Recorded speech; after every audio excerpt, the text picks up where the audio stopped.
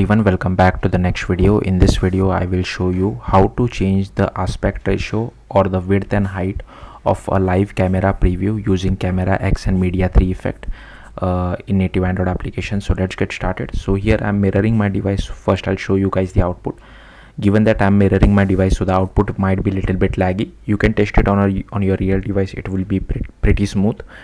So here you can see like while giving the preview view width and height, like I have occupied the entire width and height of the screen, but here you can see it is only occupying this much width and height of the screen. I can click on take photo as well, and it will take the photo for me. And if you want to see the photo, we can just go to the photos app or images app, and here you can see I'm able to see this particular photo. Now just to let you know, like some of you might be confused, I'll quickly show you the code. I'll explain you more about it in a bit, but here you can see I'm using XML layout, but if you want you can use Jetpack Compose as well. Here you can see this is our preview view and it is occupying the entire width and height of the screen. Okay, now if I go to main activity, I'll just show you there are multiple effects which I want to show you. So here I did a mistake. I am applying all these effects simultaneously. You should not do that. You should apply it one by one. So I'll just comment this 2 out, and here you can see I'm only changing the height of the live preview. Okay, so now let's just run our application. Let's see how it now looks. So here you can see now the width has not changed, but the height has changed a bit. Okay, I mean it's very difficult to tell. I know some of you might be still confused why it is occupying still the entire height, because it depends on the width as well of your device. So sometimes it might not take effect. Now let's try it for aspect ratio. I think aspect ratio would be pretty much similar. Let's still try it. I mean you can play around with this aspect ratio as well, and there is one more aspect ratio which I'm setting over here, 16:9 as well. So don't get confused. Like here you can see now the 16:9 aspect ratio looks a little bit different when we apply this Media 3 effect as well. Okay, now I'll just show it for this width and height which I'm applying, 400/800. Okay, I'll just run this. So it's up to you how you want to change the width. You can either change the width and height, or you can change the aspect ratio as well. It's up to you. So this is how it looks for width of 400 and height of 800. So hopefully you got the point. Let's see how to achieve this. Like I said, I'm using XML layout, but if you want you can use Jetpack Compose as well. So first you will have to go to this build.gradle.kts. you will have to add this camera core, then this camera 2, camera life cycle, camera view, then this Android X Media 3 effect as well as this Media 3 effect dependency. Then you will have to go to libs.versions.toml. Here you will have to add this camera core, this camera 2 dependency, this Media 3 effect as well as this Media 3 effect version dependency.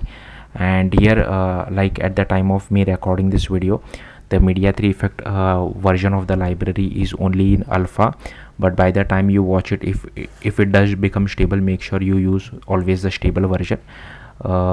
Now next you will have to after you have added all this stuff, right, we are not adding the version number over here because we are using this version catalog file. So here you will have to add this camera 2, core, view, life cycle. Make sure you add all these 4 lines of code. Then here you need to add this Media 3 effect as well as the Android X Media 3 effect as well as this Media 3 effect dependencies as well. So make sure you do that. Then you will see a sync now button. So just to show you the sync now button, I'll just change the version number. Here you can see sync now button. Just click on it and it will download all the dependencies for you. Then you will have to go to manifest, Android manifest.xml. Here you will have to first check whether you have whether the device for which you are running on has a camera. Then here internet permission is not really required. Then here we are adding camera permission, and for lower Android devices we also require the right external storage for taking the photo.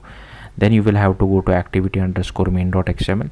First here you will have to add this preview view as well as our button. So here you can see inside our preview I'm occupying the entire width and height of the screen. Then here is our button, and I have assigned it some ID. I have given it some text as well, and I'm constraining it to the bottom of the screen.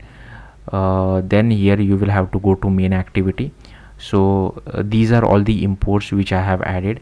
So yeah, you can just feel free to pause the video and copy all this input. I'll simply scroll through this. Yeah, feel free to pause the video.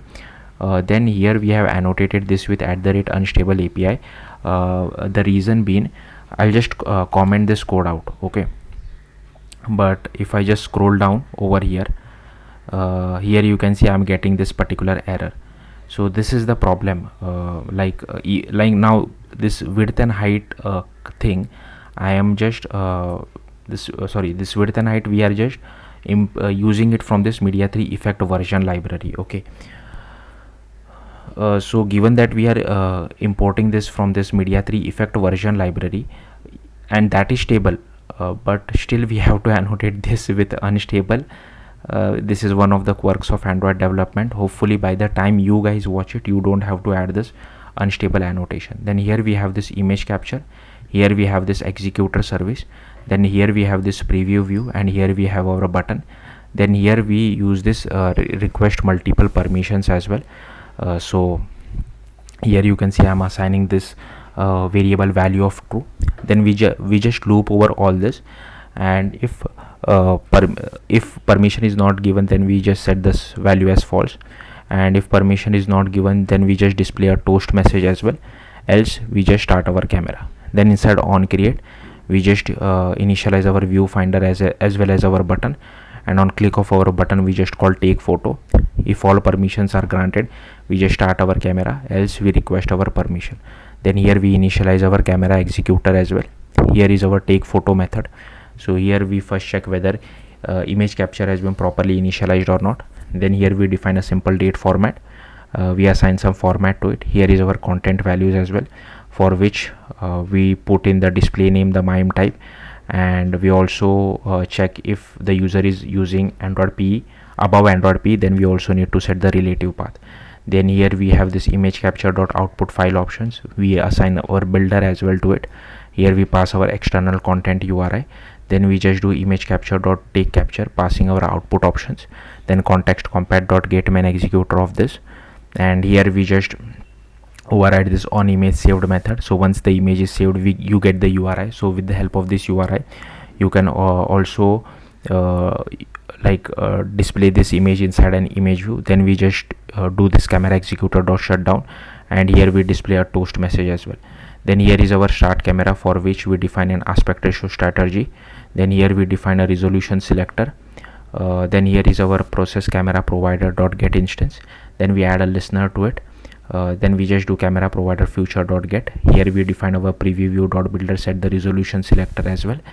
And then we just do image capture dot builder, set resolution selector, set capture mode. Then we just do camera selector dot default back camera.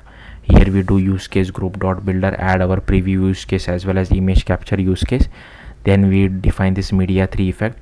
Then here we define preview view, video capture as well as image capture. Then here you can define whatever effect you want to apply. So I have just commented the first one out, so it's up to you how you want to define this media 3 effect. Then you just do use case group builder dot add effect, pass our media 3 effect.